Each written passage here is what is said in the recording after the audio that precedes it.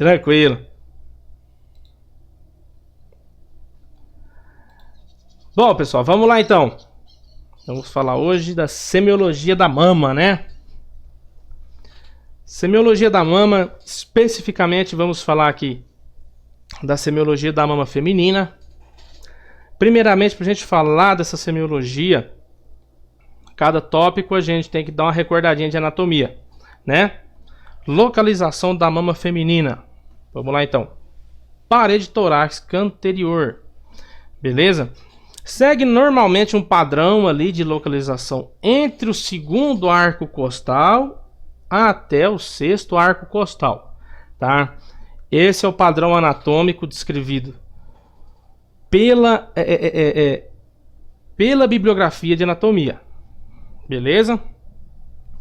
Então, falando a nível de arco costal entre o segundo e o sexto arco costal, especificamente ali entre a borda lateral do externo, beleza? A linha lateral, como vocês quiserem chamar, e entre a linha médio-clavicular, beleza? Tem mama que é localizada mais para fora, tem uma que é localizada mais para dentro, tá? Mas o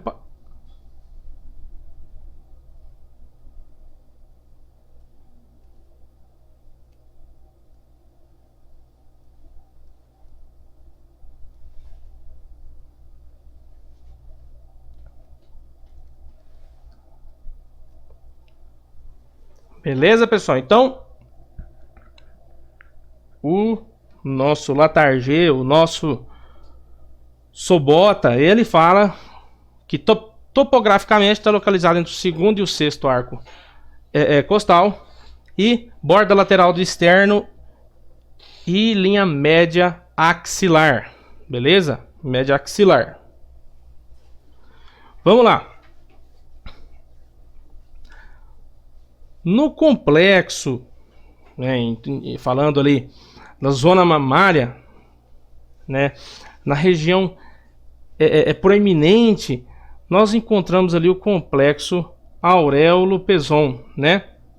O complexo auréolo-peson é uma pequena porção, né, de localização fixa, porção de glândula mamária que se estende superolateralmente a longo da borda inferior do músculo peitoral maior, tá? Então lembra aí desse músculo peitoral maior aí tendo adjacência à mama, beleza?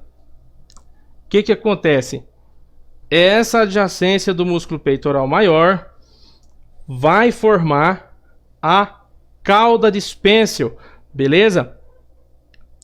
Vai chegar lá no processo axilar, também chamado aqui em espanhol pelo Latarjet de cola de la mama, cauda da mama, beleza? É a cauda de Spencer. Vamos lá. Antes da gente entrar na parte semiológica de investigação, vamos complementar essa parte de divisão da mama. Então, quando a gente vai relatar qualquer tipo de lesão, qualquer tipo de anormalidade, né, a gente situa essas lesões dentro de quadrantes, beleza? Como que a gente faz isso daí? Traça-se linhas imaginárias ali, né, linhas virtuais, linhas transversais que vão ter como teu ponto de referência ali a auréola, né? O bico do peito, o pezão da mama feminina, beleza? Então você divide em 4 quadrantes. Dividiu em 4 quadrantes superiores, quadrantes inferiores, né? Desses quadrantes você divide em superior interno, que está voltado para a região do externo, beleza? E superior externo, que está voltado lá para a região axilar, beleza?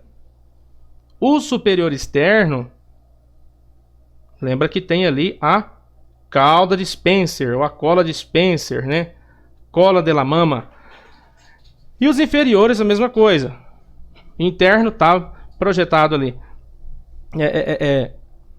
em direção ao externo do paciente e o externo ali para a região axilar. Beleza? Então toda vez que a gente for referir qualquer tipo de lesão, tal lesão assim, assim, assim, assim, em quadrante superior interno, quadrante inferior externo, beleza? Essa é a divisão topográfica para a gente relatar qualquer tipo de lesão ou anormalidade encontrada. Vamos lá. Quando a gente fala desses quadrantes, nós temos que falar também da união desses quadrantes. Porque pode ser que você encontre algum tipo de tumoração em cima da linha. Tá? Então você vai referir essa união com esse próprio nome mesmo, união de quadrante superior. Tá? União de quadrante superior interno, união de quadrante superior, união de quadrante interno, união de quadrante externo. Beleza? Não tem segredo. Você traçou aquela linha topográfica imaginária ali, vai ser teu ponto de referência. E onde a linha está passando, você vai chamar de união. Beleza? Lesão localizada na união dos quadrantes inferiores. Beleza?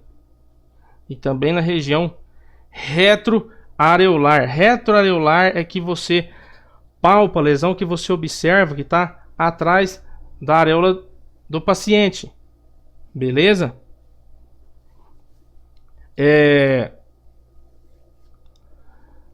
Outra maneira que se refere também. Essa aqui eu vi usar pouquíssimas vezes. Tá? Eu sempre, na minha experiência de consultório de oncologia, quando eu fui interno, utilizava-se as divisões por quadrante, né? Mas você pode utilizar também em forma de relógio, tá? Como que funciona? Traça imaginariamente um relógio, né? E uma lesão com localidade de tantas horas. Beleza? De boa até agora, gente? Tranquilo, né? Um exemplo de lesão localizada em uma localização a 5 horas na mama esquerda. Você sabe que essa lesão ela tá no quadrante inferior externo, beleza? Então você tem a divisão, lesão localizada no quadrante inferior externo. Se é 2 horas no quadrante superior externo, tá? Vai da mama que você está avaliando.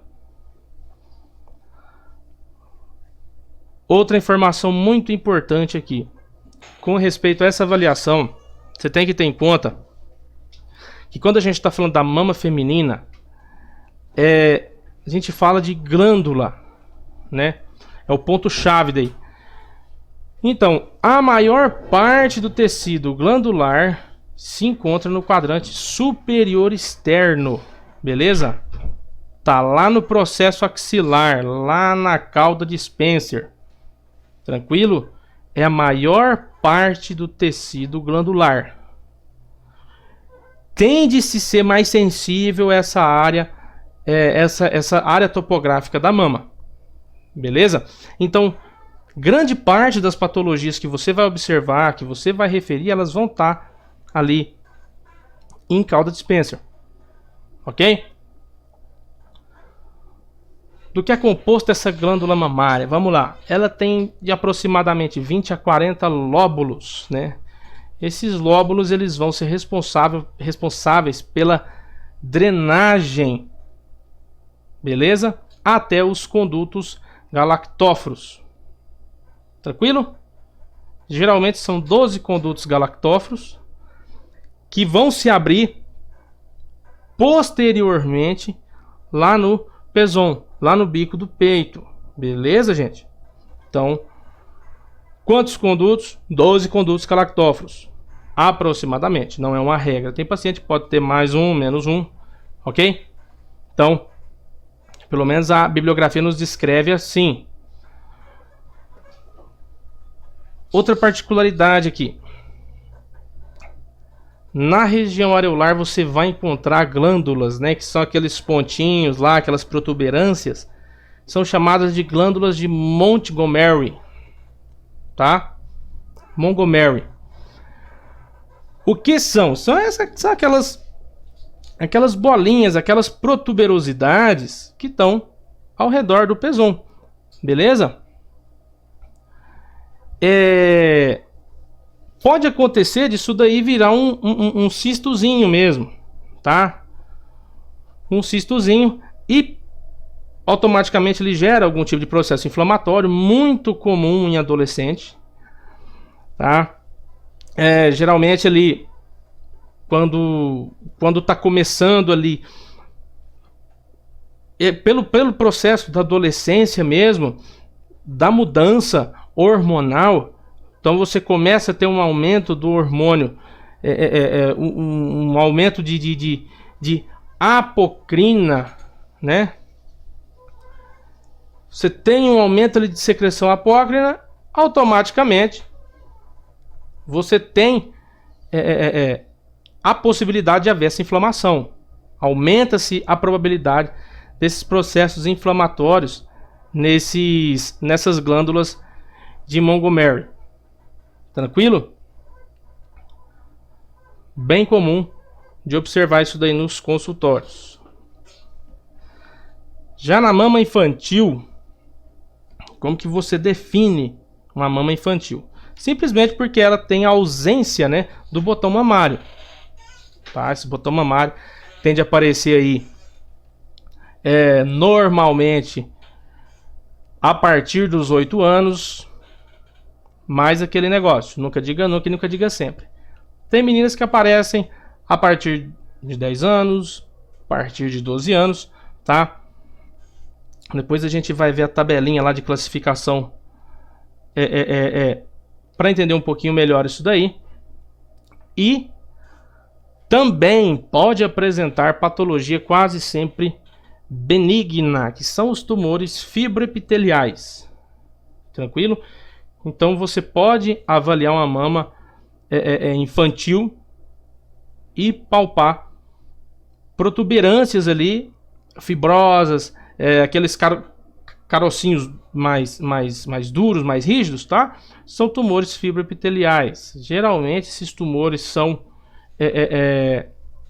de caráter indolor, beleza? Não é algo que chama muita atenção em nível de dor, de rubor, de calor, tranquilo? É algo bem comum. Lembra aquela tabelinha que eu falei para vocês? Aquela tabelinha é a classificação de Tanner, né? Escala de Tanner. Escala de Tanner aí, que vai de 1 até 5.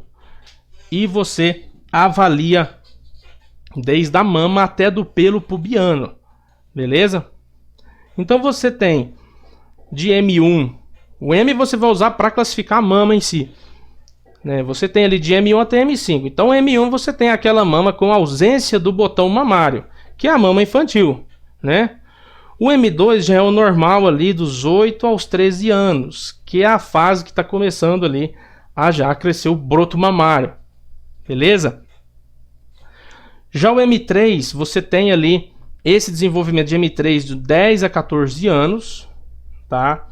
É a probabilidade de ser formado, de entrar nesse estágio de M3, beleza? Você já tem ali um aumento do volume da mama em si, com a separação de contorno, beleza?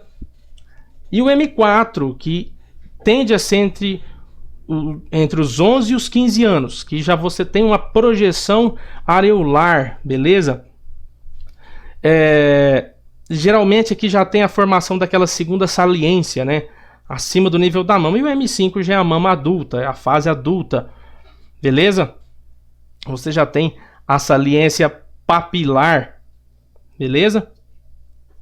Alguma dúvida aqui em escala de Tanner? Tranquilo, né?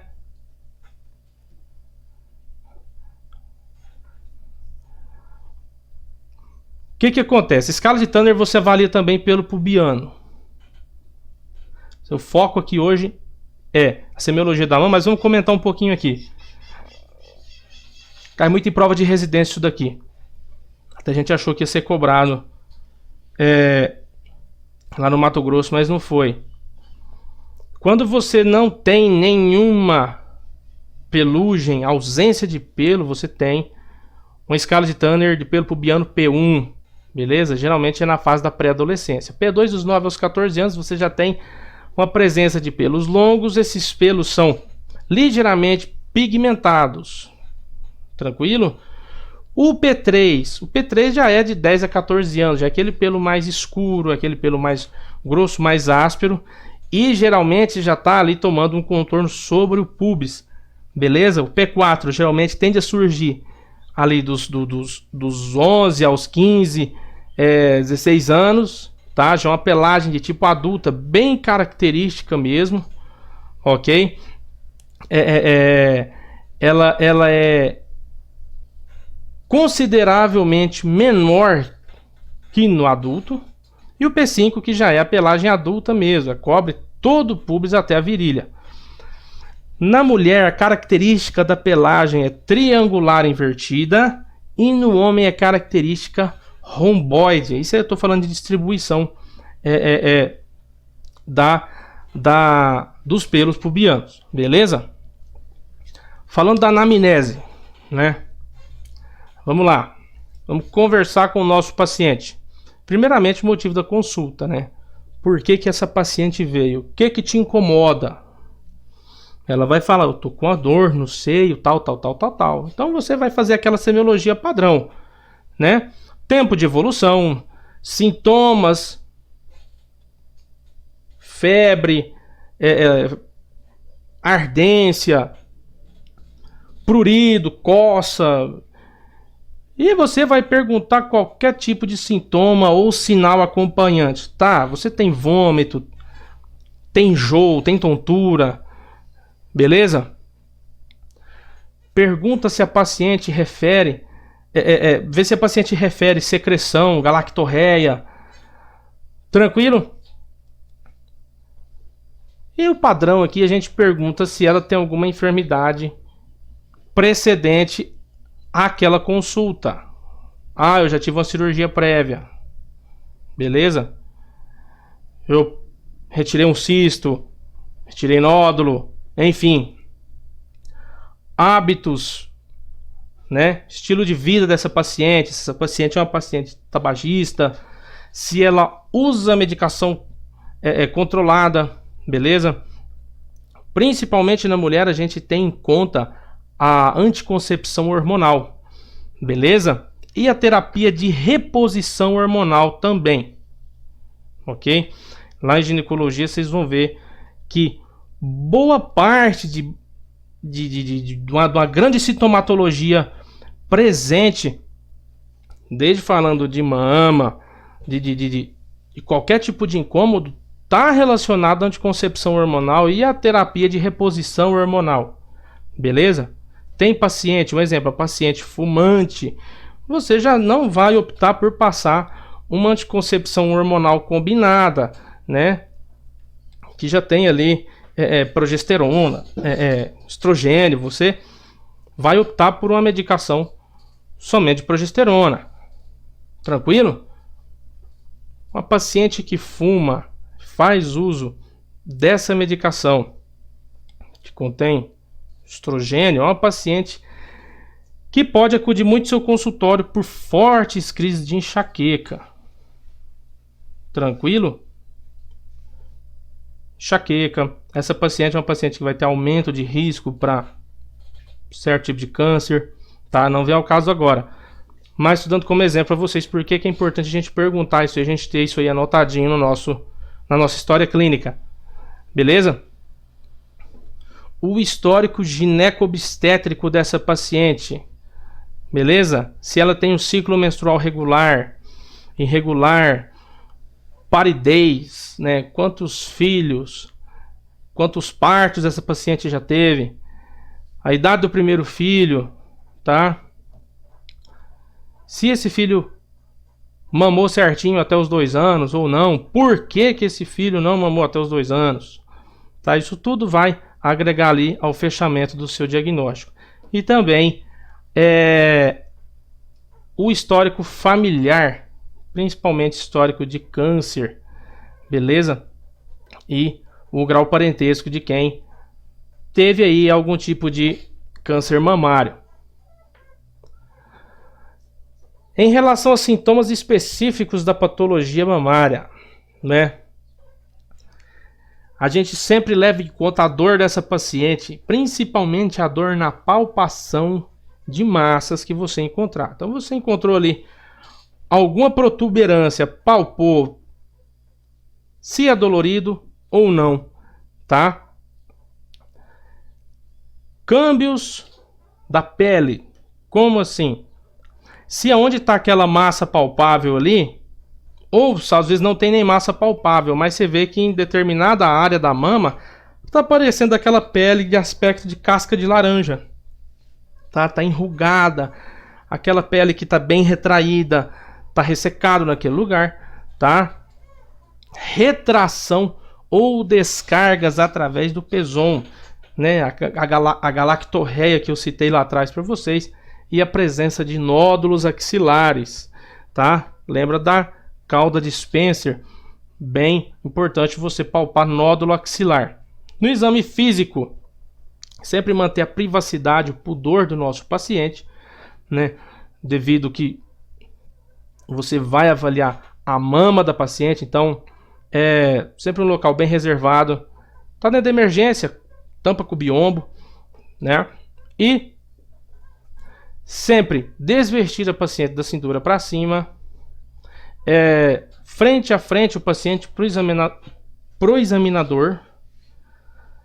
Você vai observar essa paciente em pé, depois você vai observar essa paciente em decúbito supino, né? Essa paciente de barriga para cima. E aí você vai fazer uma troca de posições, pedir para o paciente erguer o braço, baixar o braço, tá? Para ver se esse nódulo ou essa lesão que você encontrou, ela desloca, se ela é fixa, tá? Se ela muda de aspecto ou não, beleza? E sempre fazendo em modo comparativo, tá? Sempre comparando uma mama da outra. Geralmente você compara a mama saudável com a mama afetada da mama saudável, beleza? Outro lugar bem interessante, que são as regiões supraclaviculares, beleza? Região supraclavicular também danado ali para achar nódulo, tá? Bem importante ali levar em consideração qualquer tipo de lesão que você achar supraclavicular. E você descreve todos esses achados na sua história clínica, lá na parte de exame físico, né? Da inspeção. Você vai descrever o que você observou, né? Tendo em conta aquela localização, seja a localização que você for usar por quadrantes ou pela localização de 360 graus lá por hora, beleza?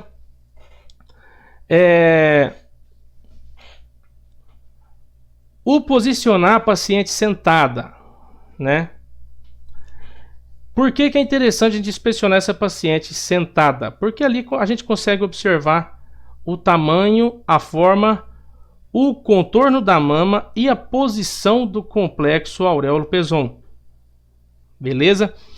A posição sentada proporciona a você uma melhor visualização desses contornos. Tranquilo?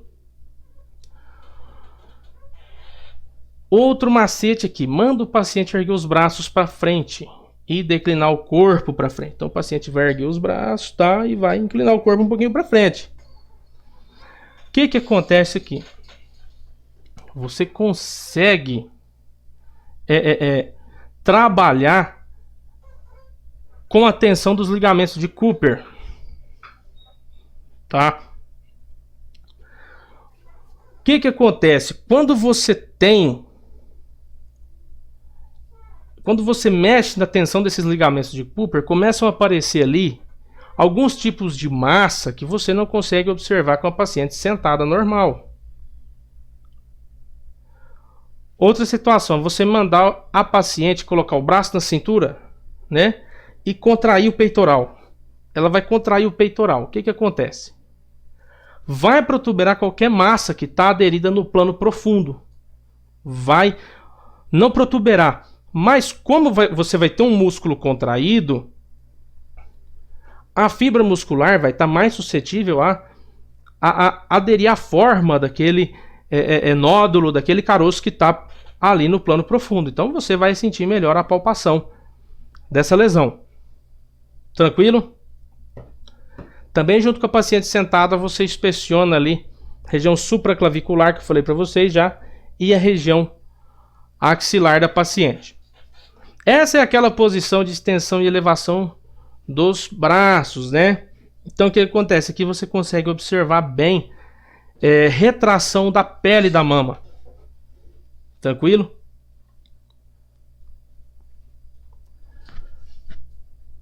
A paciente em decúbito dorsal. Vamos lá. A paciente em decúbito dorsal, você vai pedir para ela colocar os dois braços atrás da cabeça, né? O que eu vou conseguir ver aqui? Tudo que você já estava vendo lá nas outras posições. Só que o que acontece? Tem posição que aparece mais, tem posição que aparece menos.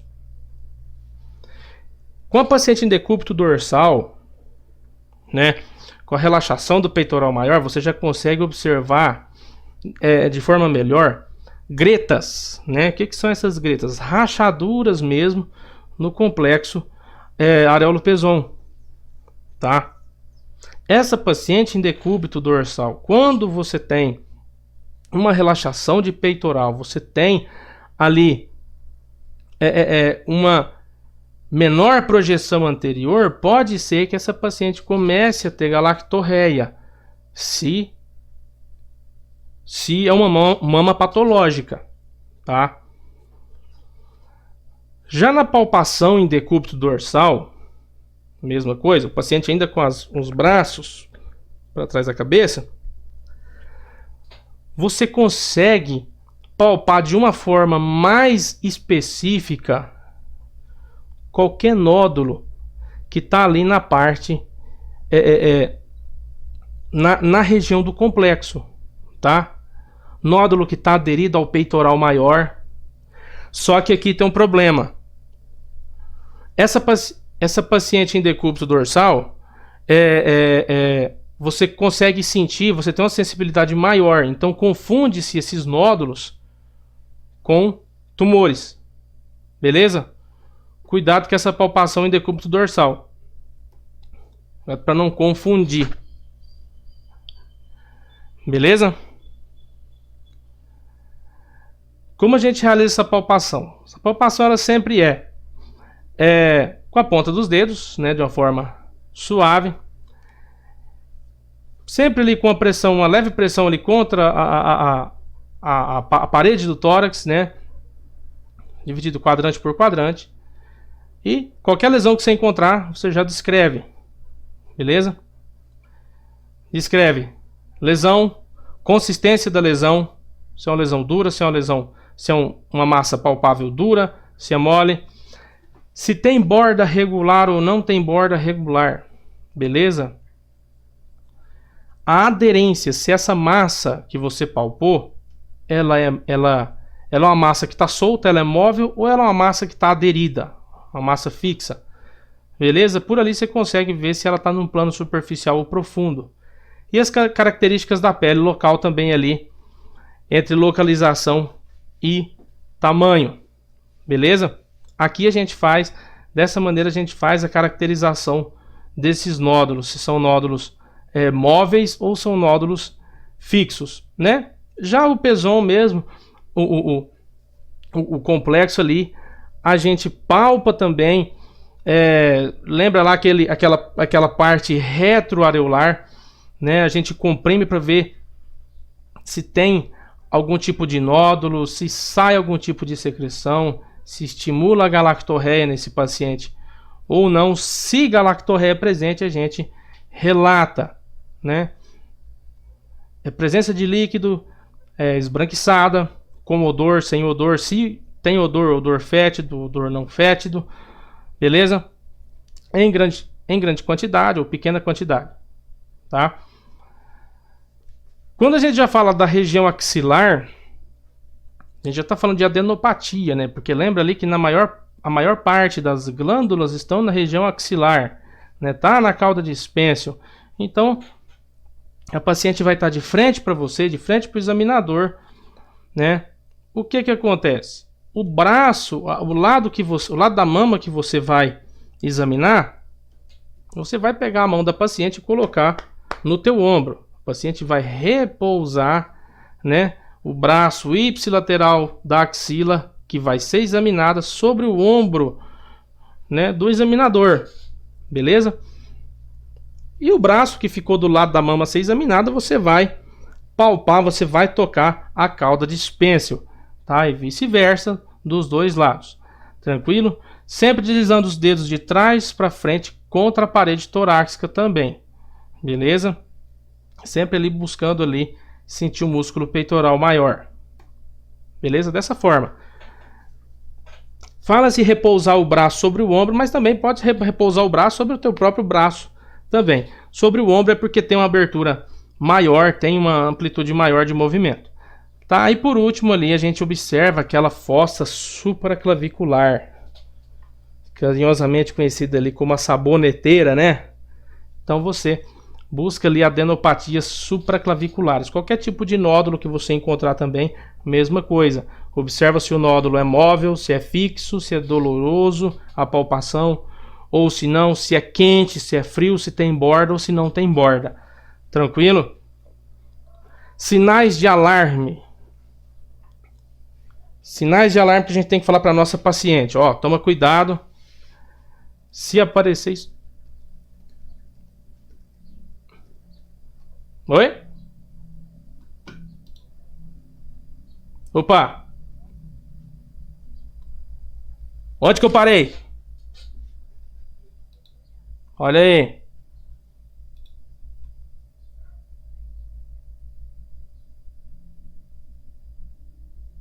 Na saboneteira.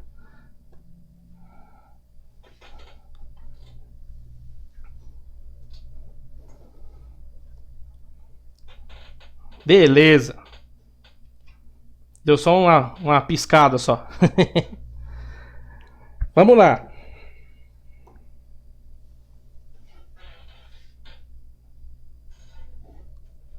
Isso. Vamos para os sinais e sintomas de alarme, né? Vamos lá. O que a gente tem que falar para o nosso paciente tomar cuidado se aparecer qualquer dessas coisas, para entrar em contato imediatamente, né, de uma forma mais rápida possível com vocês, com os médicos. Surgimento de nódulos, né? Nódulos indolores. Nódulos consistentes, nódulos grandes, né? Limites difusos, que é aquele nódulo que ele não tem borda, que não tem uma limitação à palpação, então você não consegue sentir a borda dele.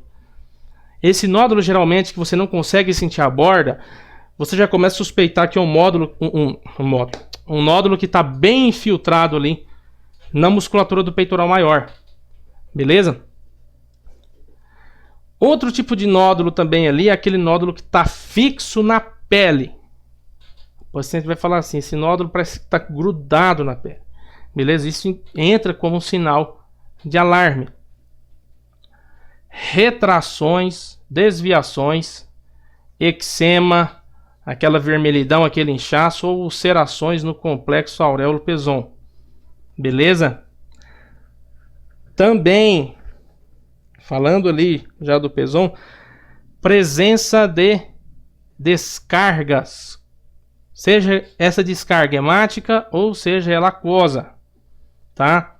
O paciente do nada chega referindo que, doutor, tá saindo um líquido aqui e tal, meio vermelho, ou um líquido bem aquoso mesmo, um esbranquicento assim, mas tá bem ralo. Beleza? Aqui você já pode suspeitar de adenopatia cervical, de adenopatia supraclavicular, de adenopatia axilar. Ok?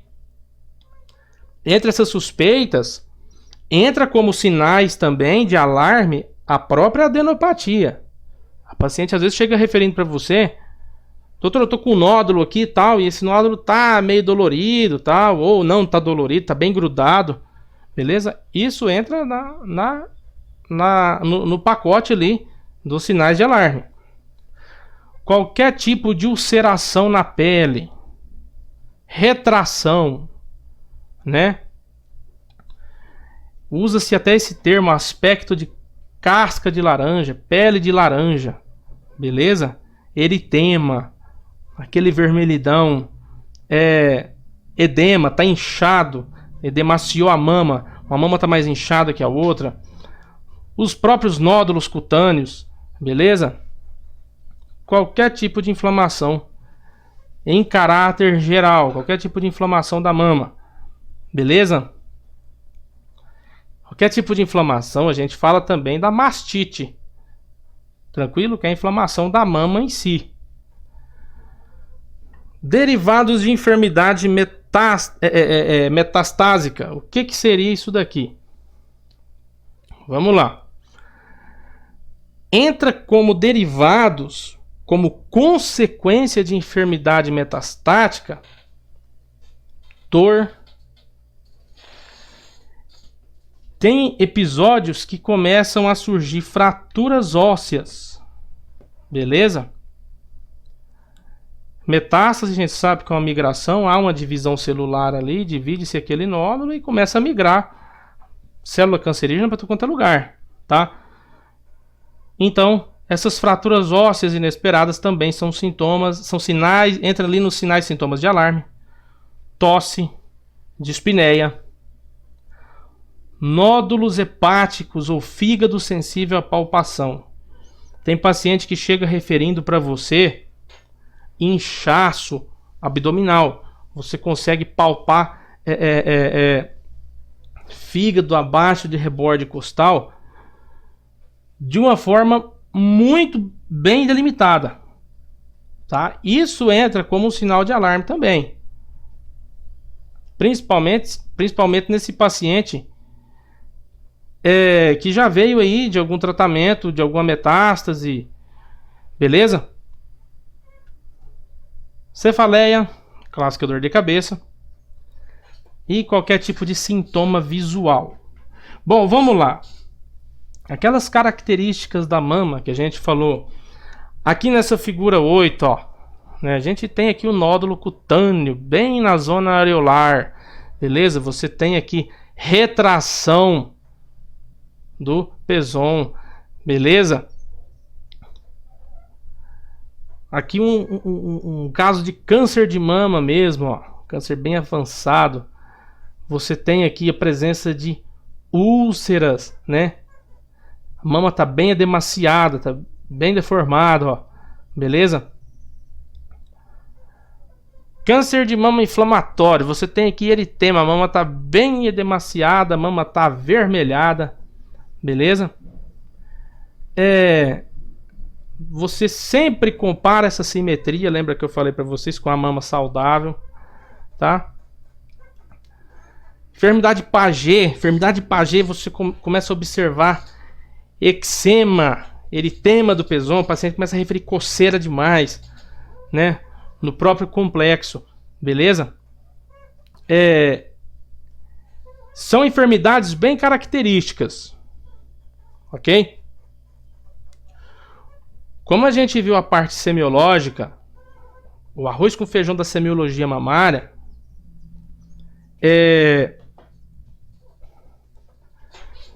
vamos ver se para a aula que vem a gente começa a debater uns casos clínicos dentro dessas patologias mamárias,